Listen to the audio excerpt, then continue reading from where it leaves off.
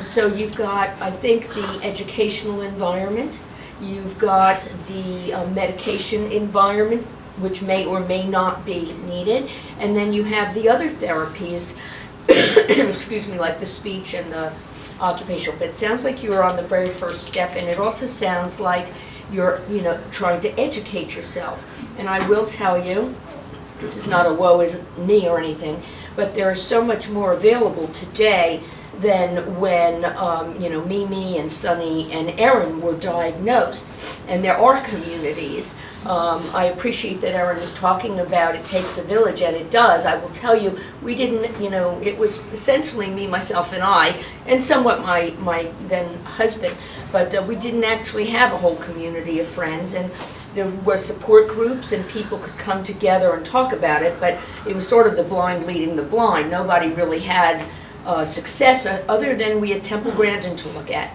And she, certainly set the bar high for what could be accomplished, as did her mother. But those would be the ways I would suggest. Also, certainly we did not go to Walden. Our path to Erin's course today is very different from that. But certainly the Emory Autism Center has tremendous resources. And I would encourage you to talk to them. And as there are also developmental pediatricians today, and several of them here in Georgia who are quite good, who also did not exist as a field essentially when we were growing up. Thanks. I'm a mother of a 4-year-old who was diagnosed with high-functioning autism. As you know, you have your good days, your bad days, and your just downright horrible days. I guess my question is, we are actually struggling with people that are closest to us. Our parents are, the type that are like, he looks normal. He looks normal. I can't tell you enough how much I cringe, even at my own mother that's telling me he looks normal. And I think she's also, I'm Hispanic, and she's kind of, they don't have that vast knowledge of autism, unfortunately. I don't think that it was very, they haven't been submerged to the culture of it. I think that it's a astounding number of kids. I mean, in Georgia alone, it's 1 in 68, and it's more dominant in boys than it is in girls based on studies. So how do I break that barrier with my own family, with our own relatives, to say, this is who he is? I mean, he is no less than the normal child, but he does have high-functioning autism. However, we look at him and he is able to accomplish other things that our kids are able to do. But it's so confusing to the vast population where they just look at him and on the outside they're saying he's normal. He'll grow out of it. He'll overcome this. And so I guess what I'm trying to ask you is how do you overcome that? How do you try to educate others to understand that your child has high-functioning autism? For me, I didn't have that problem. In fact, it was probably more the reverse. My mom saying, after we finally told her, my mom saying, well, I knew there was something, that sort of thing. His family reacted a little differently. I just want to say to everybody, especially the moms, go with your gut feeling. And you know better than anybody, including the doctors and the therapists, you know what your child is capable of.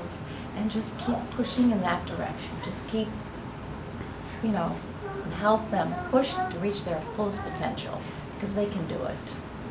Really can. But as far as getting your family to accept it, I know it's hard in some cultures, and I think it was a little bit in the beginning with your family, Rakesh, I think, for them, because she didn't look like there was anything wrong. But I think gradually over time we began to accept it. We just continued to do what we needed to do, what we felt inside had to be done, because we knew she was capable of more. We just knew it. It's something you know, and just kept pursuing, and eventually they come around. They really do. But you have to explain things to them as you're learning, you teach them. And they may not accept it at first, but that's all I can say. You might be able to. Well, I think the best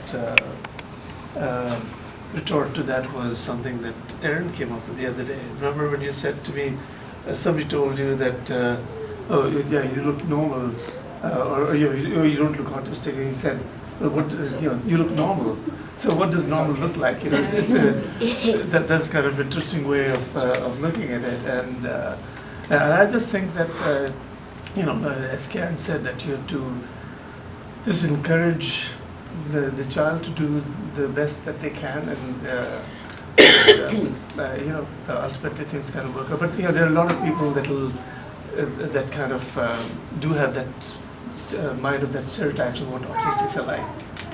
But there's such a wide range, and it is amazing what they can do. So I'm going to jump in real quickly. I think you're exactly right, and I think one of the difficulties is sometimes you want, with autism, there isn't that physical aspect where it's, where somebody can see, and so, when you're in the market and that kid is having the incredible meltdown, right, and everybody thinks, oh, the kid is spoiled, the kid is this, the kid is that. Okay, we've all been there, right? Yeah. But this is what I might suggest, if I may offer, which is, you're right, Mom, he does look normal, and that's a blessing. But that's not how autism is diagnosed. The question isn't whether he looks normal or has a third eye. The question is whether or not he's meeting the hallmarks of speech. The question is whether or not he's meeting the developmental milestones of, I don't know your child's exact issues. As an example, there are newsletters.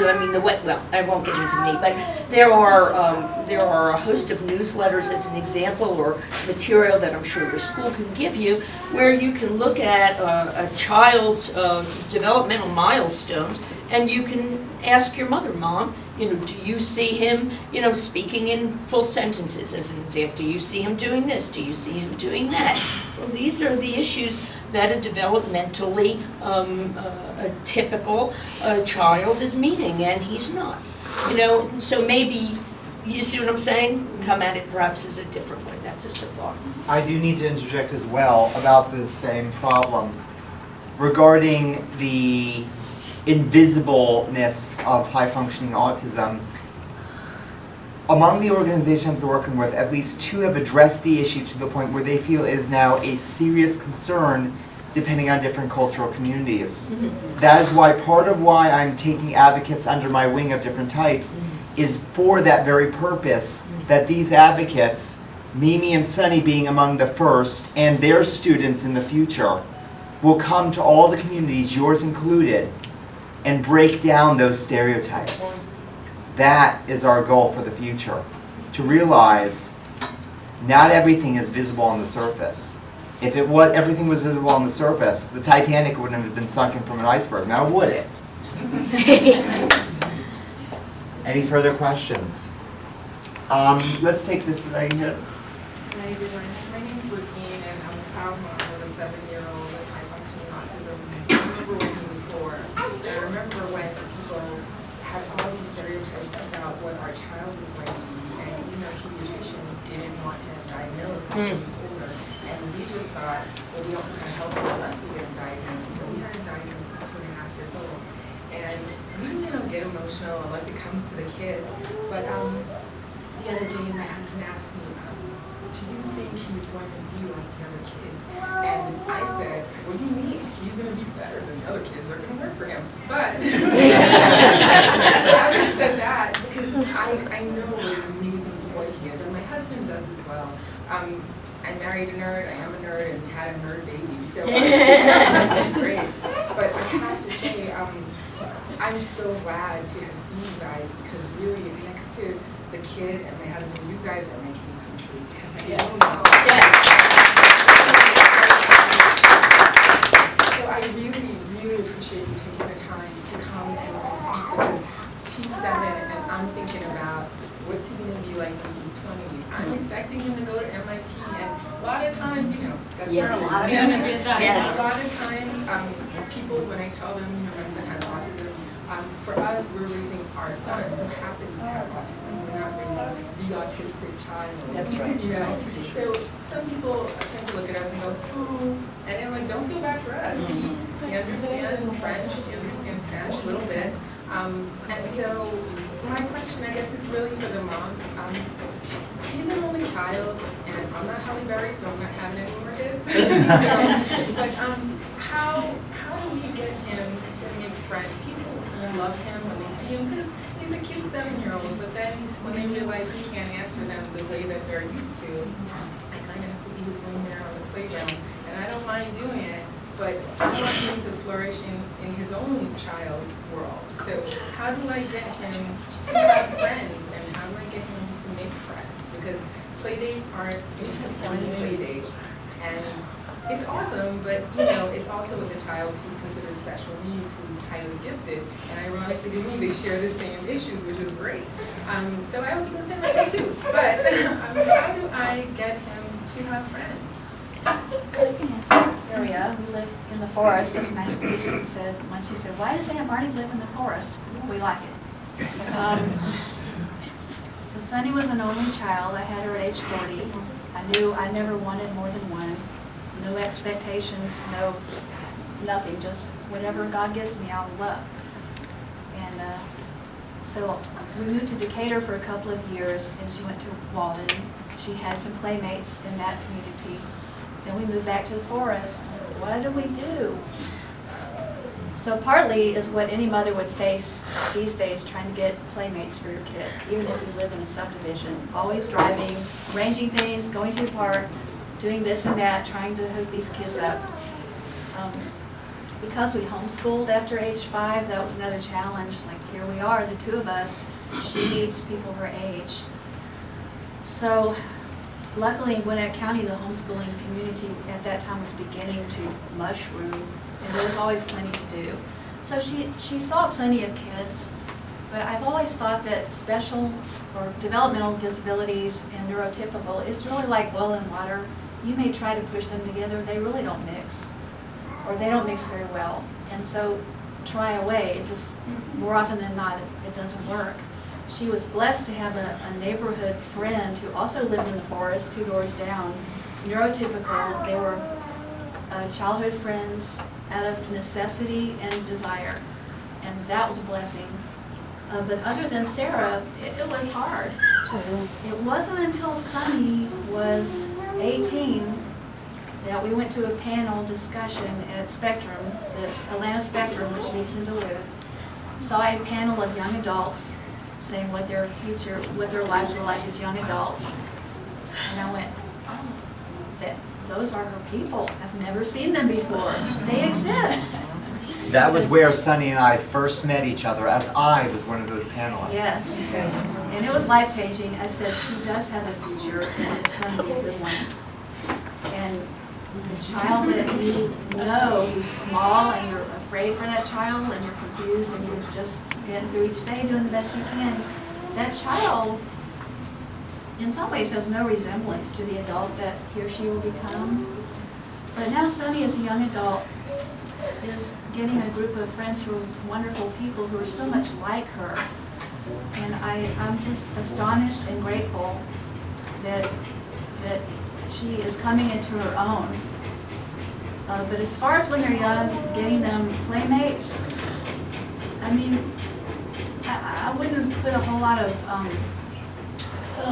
energy into trying to make them be real friends, because you can get them together with children. They can enjoy each other, but I don't know, just for us, it just didn't seem to connect. May I add to that? Oh, sure. Sorry. Yeah, let me say something real quickly, and then you can go. Sure. Two things, ma'am. Two things real quickly. I wouldn't worry about it, but I would do one thing that I think you can do. I think if you group your son with people with similar interests, so that is an example, you said you and your husband are nerds and your son is really good at X. If you put him in an activity, if he can, on X, then he and the others are communicating on X.